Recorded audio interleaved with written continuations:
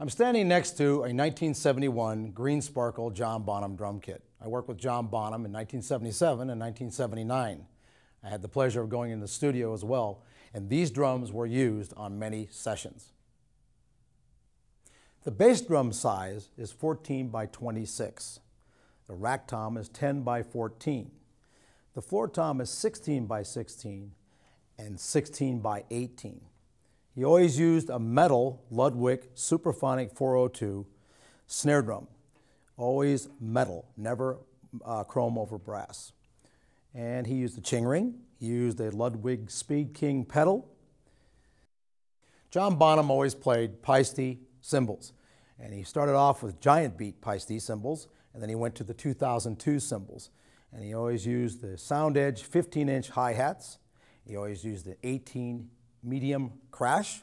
He always used a 24-inch ride, and he always used a 20-inch medium crash, sometimes an 18 medium crash as well over here.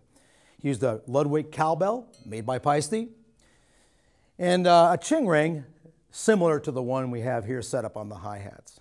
The gong, though this is not the size he used, was always a Paiste gong, symphonic, 38-inch. John Bonham always used Remo coated emperor heads on all his drums, all the wood drums, and the stainless steel drum kit as well. On the bass drum, it was always an emperor coated on the batter side and a medium weight head on the resonant side, using felt strips on the batter side and the resonant side as well to help focus the sound.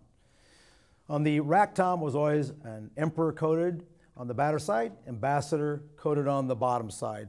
And that's the same for the floor toms. It was always an emperor coated on the batter side, ambassador coated on the bottom side of the drum. Snare drum was always an emperor coated on the batter side, sometimes a diplomat on the snare side, but most of the time an ambassador. The tuning of these drums was like the tuning of a lot of large drums in the big band era and swing era, in that the bass drum, for example, the batter side and the resonant side was pitched up a lot higher than one would think. And the reason for that was you're moving a lot of air, and the impact of the beater ball on that head, you want that air to move quickly to get a round, full sound. That was the secret of his great sound, is the fact that these heads were tuned up a lot higher on the bottom than they were on the batter side. And that gave that whole total sound of the drum upon impact from a stick or a beater ball from the pedal.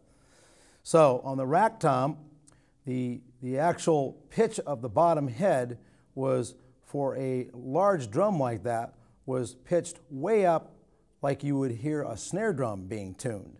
And so hence that's the way the rest of the drums would go.